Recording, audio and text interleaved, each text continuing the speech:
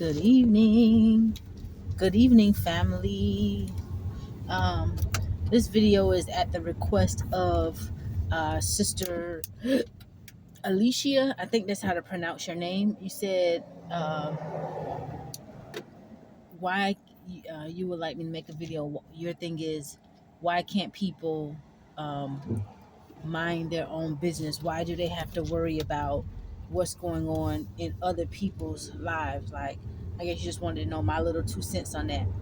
I I agree with you, and if anyone else has anything to add in answering those questions, add your 2 cents as well. Here's my 2 cents.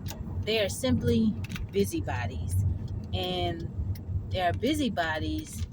Um, they have the opportunity. Do you guys notice the weather is already starting to change? Like, I know it was like 85 up to 88 today or whatever, but there's been like this nice breeze. So I am so looking forward to fall.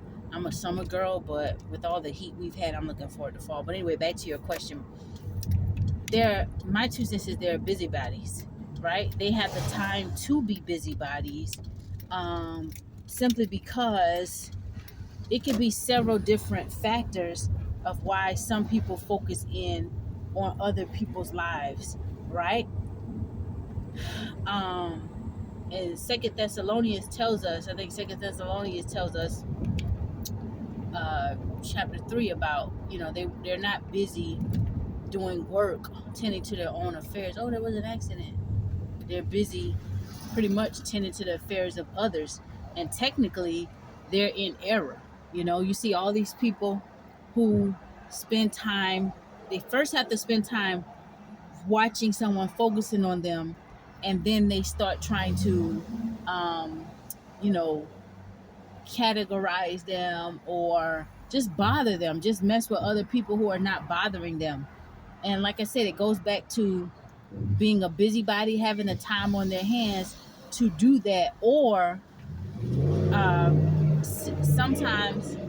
sometimes they can see somebody who is walking in a certain strength. It could be something internal, right? It could be something about somebody. They can see something on somebody else's lives, and it's not that they don't have their own things to attend to, but they've made this one person their target, or they have become very obsessed with watching this one person. And it could be for, they're getting ideas from them, they're copying them in some type of way secretly. They see this person's gifts and they're feeding off of it in secret. And then sometimes what'll happen is, you can see, like, if they're in a position where, like I said, let's say they're someone who's very influential. Oh Lord, and I'm speaking from personal experience. Let's say there's someone who's very influential, and you actually were spending the time to listen to what this person has to say because you admire who you thought they were or who they presented themselves to be. And after some time, you saw this person as well was watching you and getting ideas from you, talking points from you in certain areas, but they were, it's like they were keeping it hidden, right? Which is okay. But then when you kind of caught on and you saw them copy, you could see them copying you, or taking something from you in some type of way. And let's say you make it known. Well, when you make that thing known and you don't do it publicly, like you don't try to embarrass them or bring them down in no kind of way, you make it known. Their heart right then, how they respond, their heart will be revealed. So sometimes what they'll do is, because now they know that you know what they're doing, they'll make you their target, and they'll continue to do it to try and get under your nerve, get under your skin, right? And it could be shocking, it could be shocking initially, because it's like, okay, well, if you're doing that to me and I'm just a nobody, how many other folk have you done this to? And if they get you frustrated a bit and you start to say stuff, sometimes depending on the wickedness of their heart, they'll continue.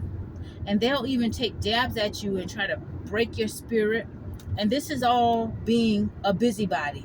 This is all how you determine and you realize, wow, this person is not really content with their own life or their own success, right? If there's someone who appear to be success and they're being a busybody.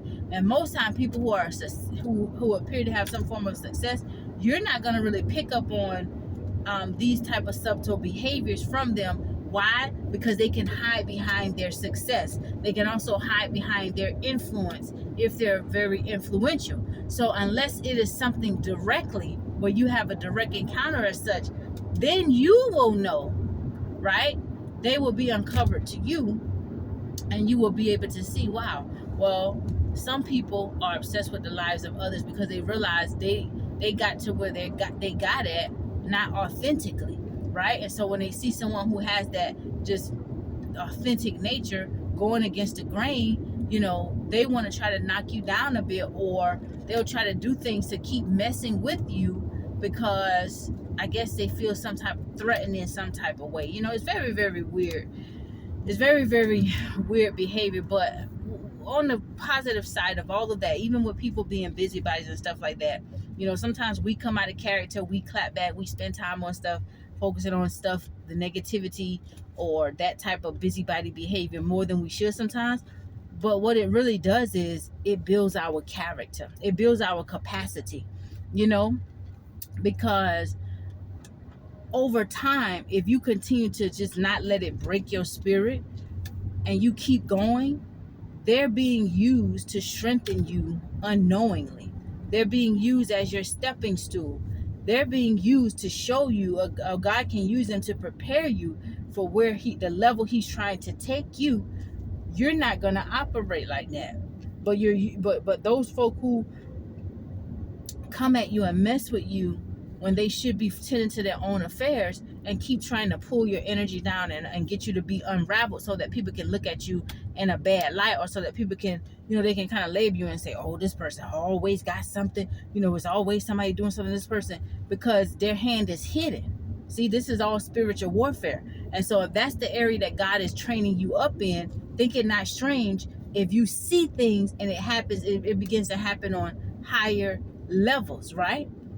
You know, it's all building your capacity. But just as well as there is a yin, there's a yang. Just as well as there is evil, there is good. And what did Paul say? Every time I try to do good, evil is always present. But just as well as there is a lot of negativity, there are folk that watch you, and they will watch how you handle a lot of situations and circumstances. And over time, it's going to draw the right people to you.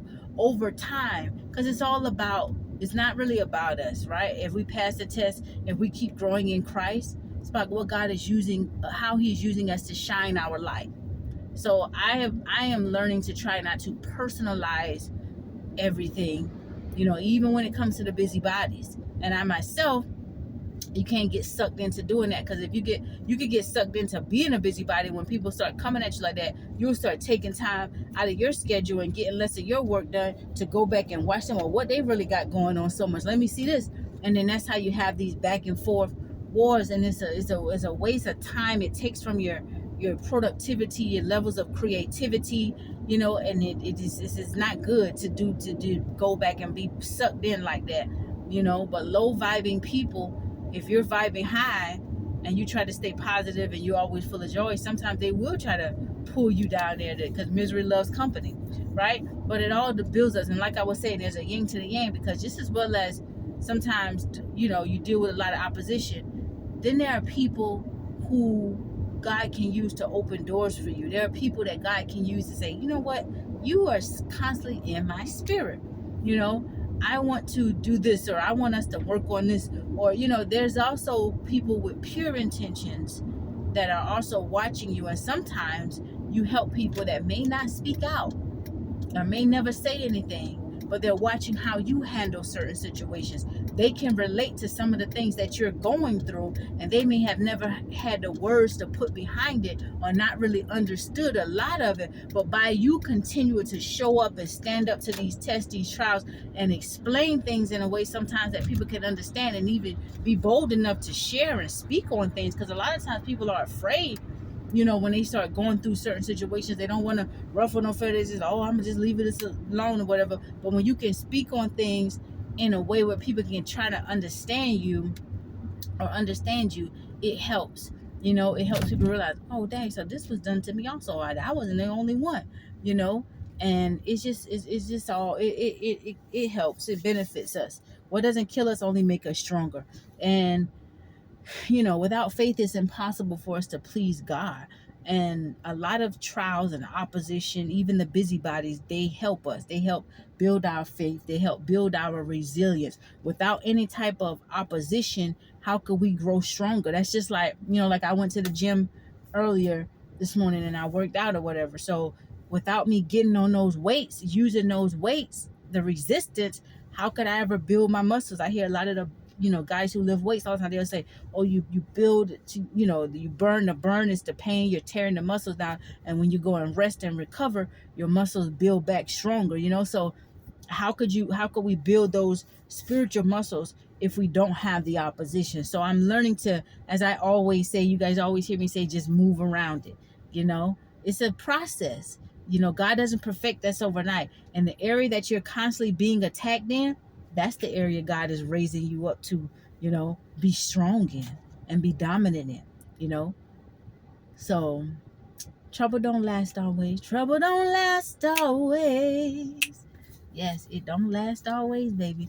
And when we got God on our side, we have the majority. So yeah, that's just my little 2 cents. I would like to hear the rest of you, because a lot of our other brothers and sisters can add. Her question was, why is it that people are always worrying about what's going on in other people's lives? Why do they always dig into other people's business, other people's affairs? Why can't they just mind their own business? And like Minister Mack always say, mind the business that pays you, right? But it's just, it is what it is. And sometimes when you're a very peculiar person, sometimes people will ask questions about you because you live a maybe kind of weird, interesting life or whatever, right? But anyway, I gotta get off of here because I don't want to pass this place. I'm going to a new place to I'm going to get a pedicure, and then actually no, I'm going to go down here first. I've got me a relaxing evening plan of going to do my little different spa stuff and get me a 2-hour massage, and I've got some time all the way. Got my evening booked up all the way into the night, and then I can relax, all right, and get up for work tomorrow. So anyway, that's just my little 2 cents. Y'all have a blessed day. If no one has told you all that they loved you today, then know that your little country bunkin' sister loves you. We are the light of the world. Let's don't ever let our lights grow dark. Let's keep shining bright, right?